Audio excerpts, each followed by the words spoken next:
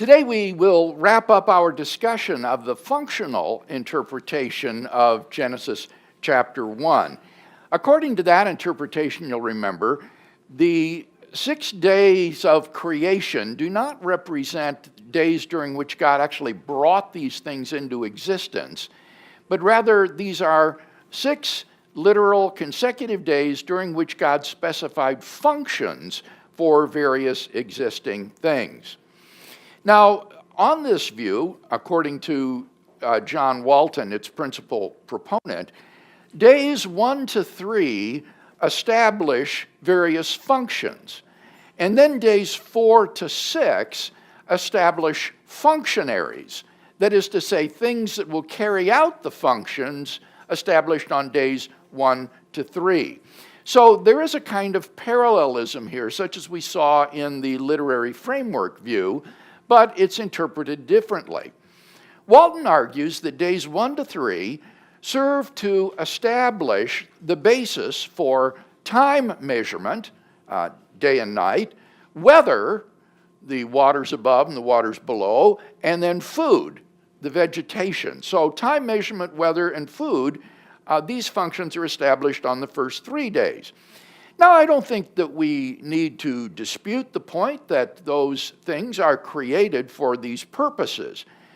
But that obviously does not imply that the creation of the dry land, the firmament, and the vegetation is not also affirmed, along with the specification of their functions. Walton has a particularly difficult time with the firmament.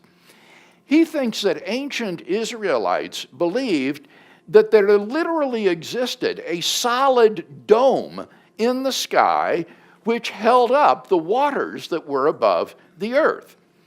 And he says if we take Genesis 1 as an account of material creation, then it implies the existence of something, and I quote, that we are inclined to dismiss as not part of the material cosmos as we understand it, end quote. He says we can, quote, escape from the problem, end quote, by interpreting the text purely functionally. Now, wholly apart from Walton's mistaken claim that the ancients thought of the sky or the heavens as a hard dome, I think here Walton has clearly allowed modern science to intrude into his hermeneutics. The hermeneutical issue here is not whether the firmament is part of the material cosmos as we moderns understand it, but whether it was part of the material cosmos as the ancient Israelites understood it. And trying to justify a functional interpretation by appealing to modern scientific knowledge that the firmament does not exist is an example of concordism. That is to say, letting your biblical interpretation be guided by modern science, which Walton himself rejects. Any comment or discussion about the role of the first 3 days in establishing functions?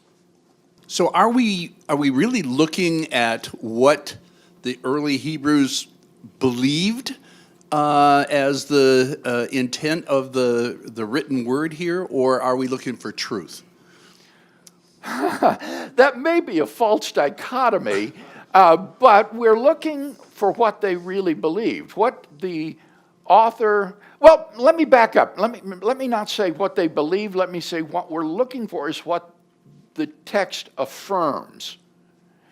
Some people are willing to say that these ancient Israelites may have believed, for example, that the sun goes around the earth, that the earth is flat, for example, and other sorts of things. That's what they believed, but that's not what's taught by the text. So what we're interested in is what did these ancient texts teach? What did they affirm? And Walton thinks that if you interpret this text as involving the creation of material objects, then you're committed to saying that there is this firmament, that there's this solid dome over the earth like an inverted bowl in which the astral bodies are embedded.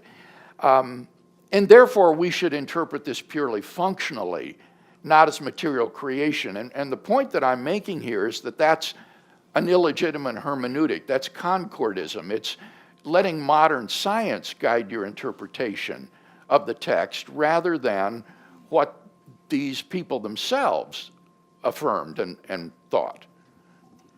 I was just curious, is there any relation between this and what some scientists have proposed as the water canopy above the earth? The water canopy theory, is there any relationship between the two? I don't think that they would identify the canopy with the firmament. Indeed, they think some defenders of the view that the sun and the moon were already there before the fourth day would say that the canopy collapsed at some point, and the waters crashed in upon the earth, but they wouldn't say that the firmament was gone, that the sun and the moon and the stars were no longer embodied in this. So I think that would be different. Two separate things, yeah. Actually, there are some young earth creationists who take that position. Thank you. Okay. You mean they will identify the canopy? They identify the firmament? waters above the canopy as being as a vapor canopy at one point. But most of the young earth creationist organizations have rejected the idea now because they realize that if there was a canopy there, you wouldn't be able to see the sun, moon, and stars, which was the purpose of the sun, moon, and stars, to be able to be seen to mark time markers. So they've rejected the idea. Now, Ben, correct me if I'm wrong here, but in that case, isn't it true then that the canopy is something distinct from the firmament? Because the sun and moon and the stars are in the firmament, right? So they would be beyond this canopy that then collapsed. It would be the waters above. They see the firmament as the space between. So firmament is often, in most translations, not the most favored word. Expanse is usually the word that's favored these days. So they see the expanse as the space between them, and the waters above as having, some of them see the waters above as having collapsed and been the floodwaters.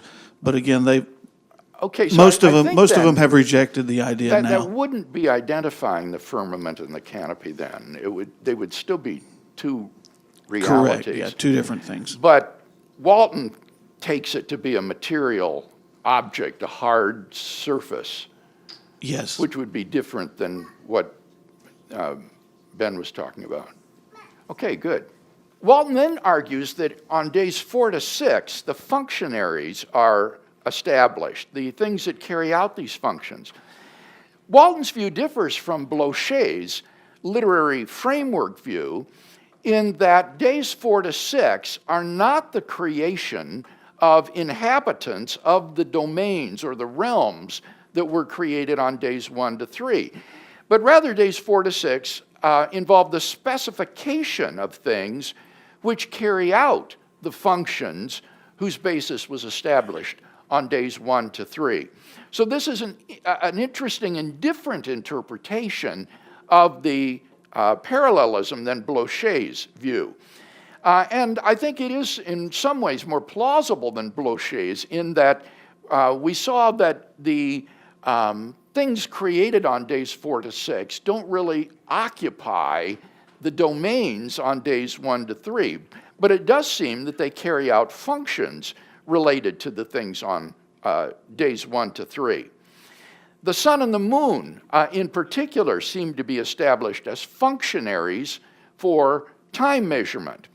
But notice that this doesn't do anything to rule out the material creation of these objects, along with the specification of their functions, which is what Walton would have to prove. Walton also argues that the Genesis account represents God's coming to reside in the world as his cosmic temple. He notes that in the ancient world, gods were conceived to reside in temples. And so God's resting on the seventh day indicates that God comes to reside in the cosmos as his temple. The 7 days of the creation week are a reflection of the 7 days of dedication that were part of the inauguration of Solomon's temple in Jerusalem. What should we make of this suggestion? Well, I think the problem with this suggestion is that there's just no evidence in the text of Genesis that the author thinks of the world as God's temple or of God's resting as his coming to reside in his temple. In Genesis chapter 2, verses 2 to 3, we read, "And on the seventh day, God finished his work which he had done, and he rested on the seventh day from all the work that he had done. So God blessed the seventh day and hallowed it, because on it God rested from all his work which he had done in creation." There's nothing there to indicate that on the seventh day God came to reside in the cosmos as a temple. Walton's view depends upon, I think, making a false equivalence between God's resting and his residing.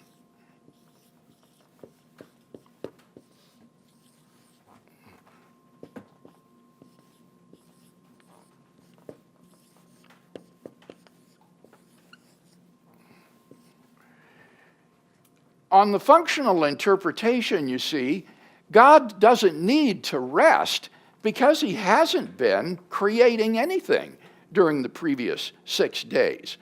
And therefore, this notion that resting must equal residing is a result of this functional interpretation. Since God hasn't been working, he cannot cease from working on the seventh day. So it's simply his residing in the temple, which is read into the text and is dependent upon this functional interpretation. On the traditional interpretation, the seventh day is a day in which God rests. It is the archetype for the Sabbath day during which we cease from work. So to justify his interpretation, Walton has to go outside of Genesis, since it's not in the text of Genesis, which is, I think, in and of itself a dubious procedure. Different authors who are separated by perhaps centuries can have different perspectives. Walton appeals, for example, to Isaiah chapter 66 and verse 2 to support his view. Isaiah chapter 66 and verse 2, or verse 1, actually, 66:1. "Thus says the Lord, heaven is my throne, and the earth is my footstool." Now, I don't think that that supports Walton's view at all. What it says there is that it is heaven is where the throne of God is, where God is seated, and the earth is just his footstool. It doesn't support the view that God comes to reside in the earth or the cosmos as a temple. Yahweh had a temple, all right, and it was in Jerusalem. Look at Psalms 132, verses 1 to 8, and 13 to 14. Psalm 132, 1 to 8, and then 13 and 14. "Remember, O Lord, in David's favor all the hardships he endured, how he swore to the Lord and vowed to the mighty one of Jacob, quote, I will not enter my house or get into my bed. I will not give sleep to my eyes or slumber to my eyelids until I find a place for the Lord, a dwelling place for the mighty one of Jacob, end quote. Lo, we heard of it in Ephrathah. We found it in the fields of Jaar. Let us go to his dwelling place. Let us worship at his footstool. And then verses 13 and 14. For the Lord has chosen Zion. He has desired it for his habitation. This is my resting place forever. Here I will dwell, for I have desired it. So here you have the temple in Jerusalem described as the place where Yahweh dwells. not the cosmos as a whole. In fact, at the dedication of the temple, as it's described in 1 Kings chapter 8, Solomon recognizes that, in a sense, the temple itself was not a place where God actually dwelt, that the temple would be a place where God is manifest, but it is not a literal dwelling place of the Lord.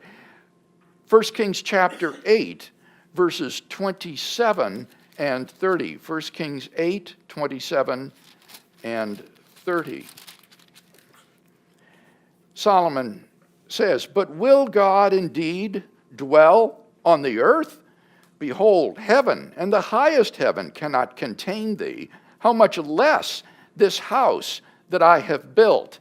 And then in verse 30, "Hearken thou to the supplication of thy servant and of thy people Israel when they pray toward this place. Yea, hear thou in heaven thy dwelling place, and when thou hearest, forgive." So here again, Solomon, in dedicating the temple, recognizes that really heaven is the Lord's dwelling place. And he says, when we turn to this temple and pray, wilt thou please in heaven hear our prayer and answer?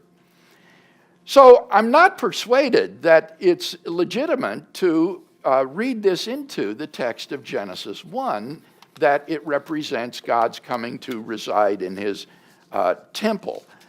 As for the 7-day motif, I think this is more plausibly connected with the practice of Sabbath observance than it is with the dedication of the temple.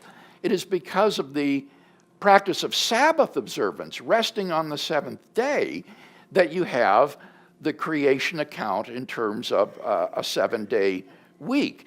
And it may be well that the 7 days of temple dedication reflect the Sabbath day observance rather than the other way around. So in sum, I find Walton's purely functional interpretation of Genesis 1 to be implausible, not to say outlandish. The account, I think, is naturally taken to involve both material and functional creation. Any comments about that point? Yes, Bobby. Dr. Craig, one of the other points that Walton makes is that on the last day, or to complete the analogy of a temple, it being a temple, is that the ancients would have installed an image of God in the temple. And the parallel to that he uses is man, creating man in God's image. Yeah, now, dwelling in the temple.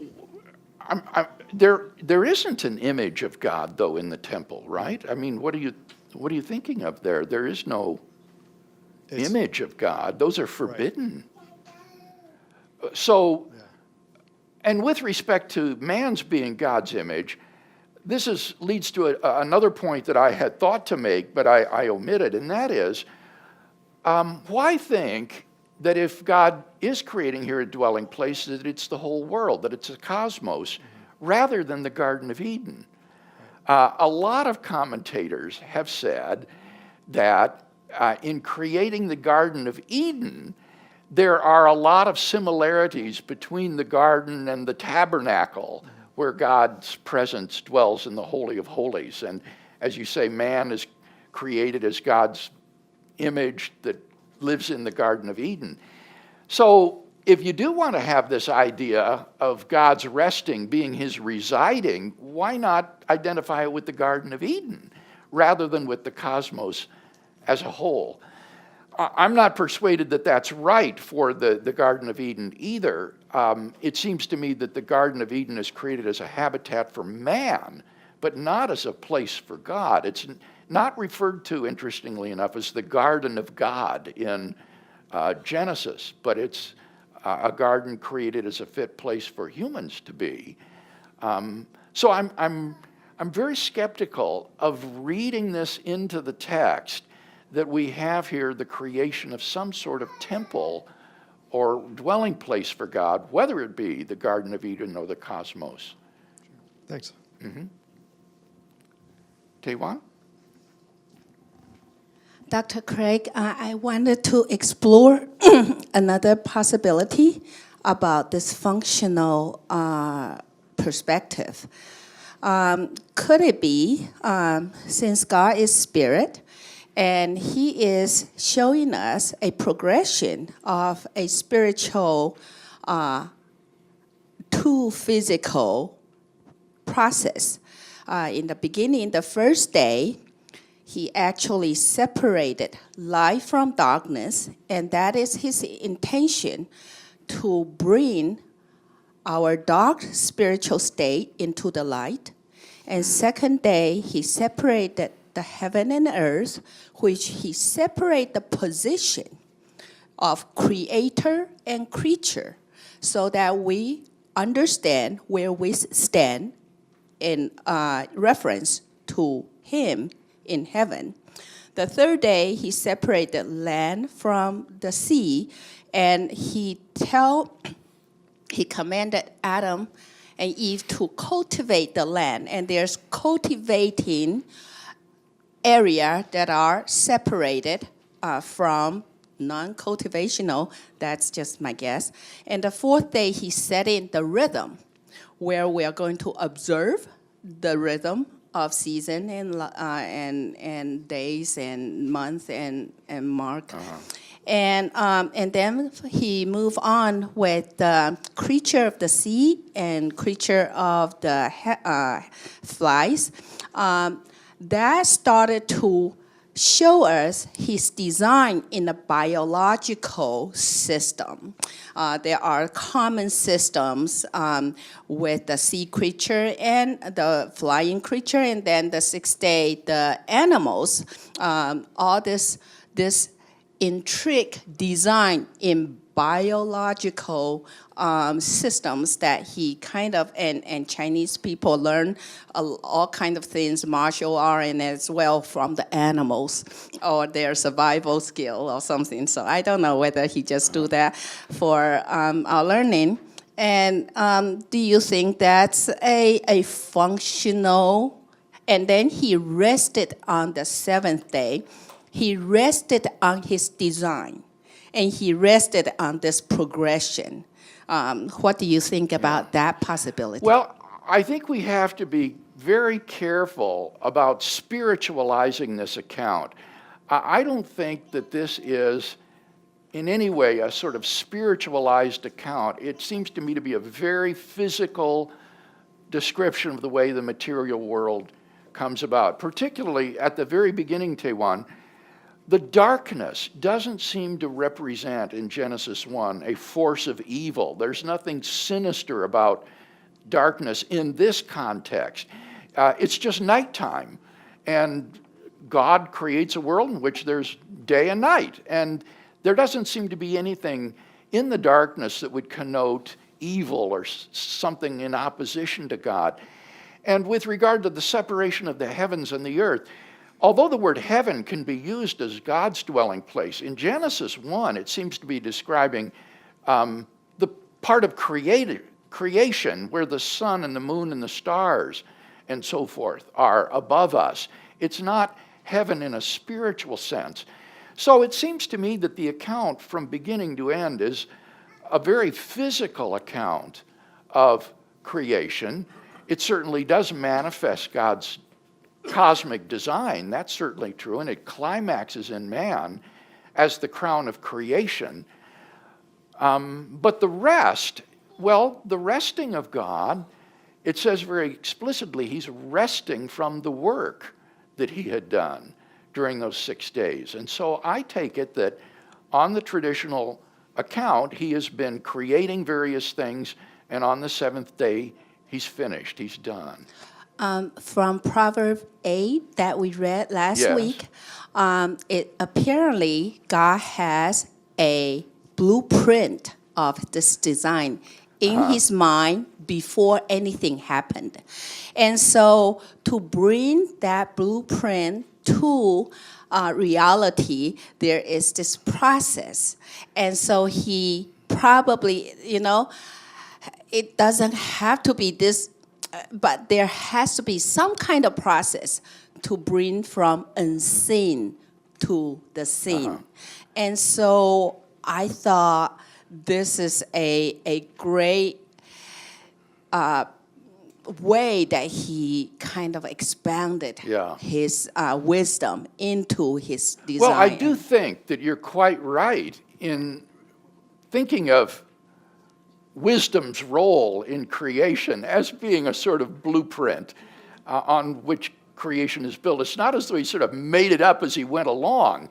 That may not be in Genesis, but as you say in Proverbs, you certainly do have this notion of the creation of the world in accordance with God's wisdom. So I do think that's an important part if we want a full-orbed doctrine of creation. Well, let me wrap up by looking at the question as to whether or not creation in Genesis 1 cannot be both material and functional. This is what most people believe, that it's not an either or, it's a both and. But Walton resists this. He gives 4 objections against the view that Genesis 1 teaches both material and functional creation. But I think that on the basis of what we've already said, these objections can be fairly easily dismissed. Here they are. Number 1 is that days 1, 3, and 7 have no statement of creation of any material component. Days 1, 3, and 7 have no statement of creation of any material component. Answer, well, this isn't surprising. For day 7, that's the day of God's rest. So of course he's not creating anything then. But on day 1, light is created, so that would be a material component. And on day 3, vegetation and fruit trees are created, and those are material components of creation. Remember, they don't need to be created ex nihilo in order to be created. Second objection, day 2 has a potentially material component, namely the firmament. But, and I quote, if this were a legitimate material account, then we would be obliged to find something solid up there, end quote. Answer, this is concordism. If the ancient Israelites thought that the firmament was a solid dome, which I don't think they did, but if they did, then they would have no problem relating such an account of material creation. And it would be illegitimate to use modern science to guide your interpretation of the chapter. Objection number 3. Days 4 and 6 deal explicitly only with material components on a functional level. Days 4 and 6 deal explicitly only with material components on a functional level. Answer, this might be the case for the sun, moon, and stars, admittedly, but it's clearly false for the animals. When God says, let the earth bring forth living creatures, and it's probably false for man as well when God says, let us make man in our image, since man was not among the animals. He didn't exist at that time, and so needed to be created by God. So I think that days 4 and 6 do deal with the creation of material objects and not just functions. Finally, objection number 4 is that on day 5, functions are mentioned, and the Hebrew word for create, bara, is used. On day 5, functions are mentioned and bara is used. Answer, bara is efficient causation, the production of the effect. And the material origin of birds and sea creatures on day 5 is clearly in view. Again, the creation of material objects like birds and sea creatures doesn't require that God created them ex nihilo. Any question or comments about Walton's 4 objections to the both and view? Could you go over the third objection again, please? Yes. What was created? Yes. What he says is that on days 4 and 6, the account is dealing with material objects only in terms of functions. It's not talking about God's bringing them into being. It's just talking about their functions. And I am willing to concede the point for the sun, moon, and stars, that it may well be that on day 4, God simply specifies the functions that these already existing astral bodies are to fulfill. But I don't think you can say that about the animals and man created on day 6. The animals are clearly brought into being on day 6, when he says, let the earth bring forth, etc. And since man isn't among the animals, the creation of man must have involved the bringing into existence of something new as well. So while I'm willing to grant that day 4 deals only with the functions of the astral bodies, it seems to me on day 6, you just have indisputably the material creation of animals and man. Okay, well, there's so much more that one would like to say about Walton's view, but I think that this is sufficient to show that the functional interpretation is just not a plausible option. Next time, we will turn to the final interpretation, which is, as I'm calling it, the Hebrew myth interpretation. So let's close with a word of prayer. Thank you, Father, for giving us the opportunity, the health, and the prosperity to be able to meet together in this way and think about these things. And now as we go into the workaday world, we commit ourselves to you to walk in your will, to follow your paths, and to honor you. In Jesus' name, amen.